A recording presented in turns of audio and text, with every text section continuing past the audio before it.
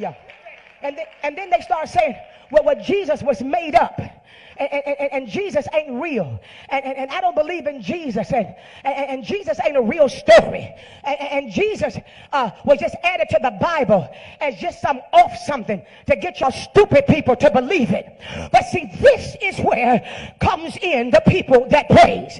Because though Jesus may be fake, and the Bible may be fake, and the white man may have made it up, then what are you going to do with my experience? That's why you can't sit in church and just hear the word and not have an experience with the word, because the devil is going to try what you know in your head, but he will never be able to take what you have experienced in your heart.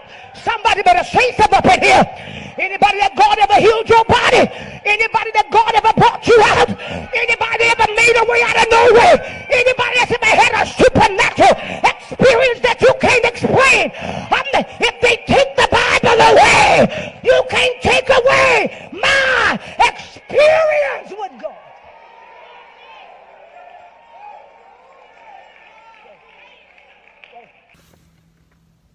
Okay, so let me first say to you, Miss Bynum, that it does not work like that. To any person who saw this video or any person under the sound of her voice a week ago when she made this statement, it does not work like that. Absolutely does not work like that.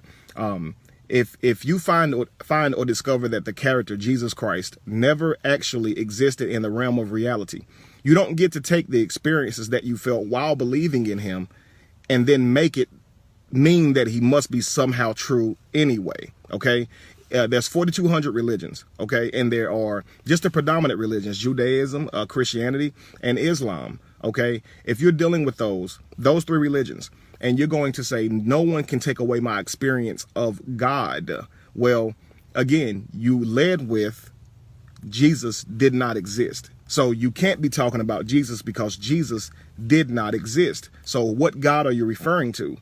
Obviously, the people inside of there listening to you are Christians, so they believe somehow you're talking about some, I guess, ambiguous Christian God if Jesus had not existed. This is anecdotes, okay? So you're using an anecdote to try to continue your belief. Now, I get that, potentially you have been believing in this your whole life, but you cannot continue to hold on to a belief by way of an experience. Understand something. Muslims say they have experiences too. Jehovah's Witnesses do too. Islam, not Islam, but Judaism, they believe they have experiences as well. And if you're going to deal with experiences, we all, or most of us, once believed in Santa Claus, and we even had that belief substantiated with gifts. We once believed in a tooth fairy, and we once had that belief substantiated with money under our pillow. What about the experience from that? Does it make Santa Claus still real now that I'm a grown man? Does it make the tooth fairy still real now that I'm an adult? No, it does not. Your experience means nothing when it comes to proving something exists in the realm of reality, especially when it is invisible. I'm going to give you a more tangible example because we're talking about an ambiguous character who doesn't speak. Okay, let's just say you got catfished. Okay, you got catfished. You are on the computer. You're chatting with this person that seems to be absolutely perfect.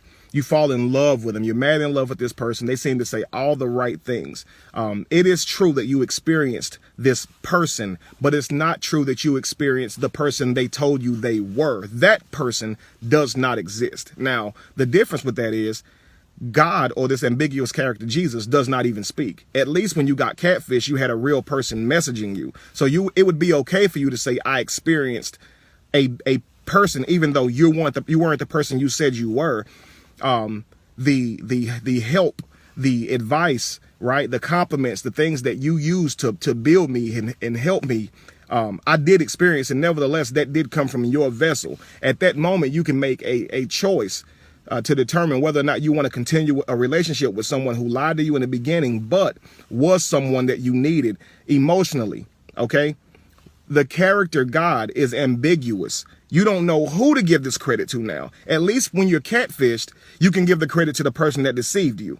Okay. But who can you give the credit to now? Your experiences. Who can you give your experiences to now in terms of the credit for you having them? You had those experiences while believing in a character that literally never existed, and you're aware of that. Therefore, your experience would be null and void. You understand? Your experience would be null and void. And so would everyone else's that seems to claim that character. So you say I can still believe in God, or you can't take away my experience. If you take away my Bible, then you cannot take away my experience, though, my experience of God. Well, that would be true, because there are people who've never read a Bible and claim to have experienced God through the book that they read. You see what I'm saying? This promotes a major problem. There's many books, so you can't say that, if you take my book, I still have my God. No, it doesn't work that way. Okay. You can still attach the names that you learn from your literature to this ambiguous character that you believe in, only because you were taught to, and you still continue to hold on to it. Your experience, though, is not a way to do that. It's not a way to do that. It's completely unfair. It is irrational, and it's illogical. It is not a way to find truth. If you understand someone never existed, you cannot use an experience of what you thought they were saying to you, or what you thought they had done for you, had they existed, to actually mean that they existed. It doesn't work that way. Okay, so I want people to understand that especially for you, Miss Bynum, that honestly right now you need help. You need to I guess reroute or rework the way your brain thinks, because you have been subjected to religion for so long. It's not something that's easy to let go, because you have attributed your life, or most of your life, and everything that has happened to you, to this character. And when you find out they don't exist, the brain is going to try to find something that makes sense. But no, the character doesn't exist. It does not exist. You cannot use an experience of something that did not exist to prove its existence, and use it as a way to continue to hold on to a belief of a character that someone gave you, that you saying you experienced simply because you believed in it. My question is this: have you experienced Allah? Have you experienced Krishna? Your answer would be no. Why? Because you weren't born to a Muslim parent or a Hindu parent. You were not. So these feelings that you felt in your life, you didn't attribute them to Allah or Krishna, because you weren't taught that was God. Now, you were raised a Christian. Therefore, when you experience God, who is that? It's Jesus. And now that you hear Jesus doesn't exist, you're still saying, I get to keep my experience. Well, who's that experience going to be attached to? It can't be Jesus. So who? It can't be the God of the Bible, because let's not forget, not just the character was given to you, the literature was given to you. So what is your God's name? What does it want? Does it want worship now? Because in the same book, it tells you you're a sinner and you need to be saved. If Jesus never existed, no one died for your sins. What does that mean for you? This is how your brain should think. Okay. If Jesus never died for your sin, were you ever a sinner to begin with? What if this is something that someone taught you to control you? Not, I get to keep my experience with God. No, that's not how it works. You understand? So when you're given something like literature to confirm your ambiguous God, and then told to use experience to substantiate that ambiguous God, it leads to a place that you can't get yourself out of. And logic becomes like cancer or evil being, because your brain can't respond or think logically. So therefore, any person talking logically, it would offend you. But it's time that you start thinking logically. You spent enough of your life dealing with pseudo nonsense. Now it's time to look at things logically. No, Jesus didn't exist. No, he never existed. No one ever died for you, period. That means the experiences that you associated with that person are also null and void. Move on and grow up. We all have to. You have to do it too. All right.